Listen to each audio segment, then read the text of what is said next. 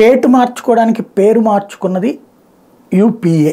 Congress party నేతృత్వంలో UPA తన దశ దిశ దాని కర్మ మార్చుకోవడం కోసమని INDIA కూటమి అని పెట్టుకుంది. దానివలన కూటమి సంఖ్యలో మార్పు ఉంది కానీ కాంగ్రెస్ సంఖ్యలో పెద్దగా మార్పు ఉండట్లేదు. భారతీయ జనతా పార్టీ సంఖ్యలో మార్పు ఉంటుంది, పెరుగుదల ఉంటుంది, తరుగుదల తగ్గుతోంది. క్రమంగా మోడీని ఆదరించే వాళ్ళ సంఖ్య ఎక్కువ అవుతుంది.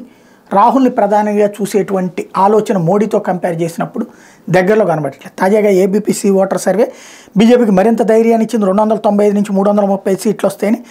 INDIA కూటమికి 165 నుంచి 205 వస్తాయని. ఈ 165, 205 కూడా ఎందుకు వచ్చి క్రిందసారి 90 దగ్గరే ఉన్నటువంటిది అంటే తృణమూల్ కాంగ్రెస్, సమాజ్వాదీ పార్టీ, అట్లాగే నితీష్ కుమార్ వచ్చి యాడ్ అయ్యారు. మరొక వైపున ఆమ్ ఆద్మీ పార్టీ ఉంది, కమ్యూనిస్టులు ఉన్నారు, CPI CPM, వీళ్ళందరూ, శివసేన వచ్చింది, ఉద్ధవ్ ఠాక్రే టీం.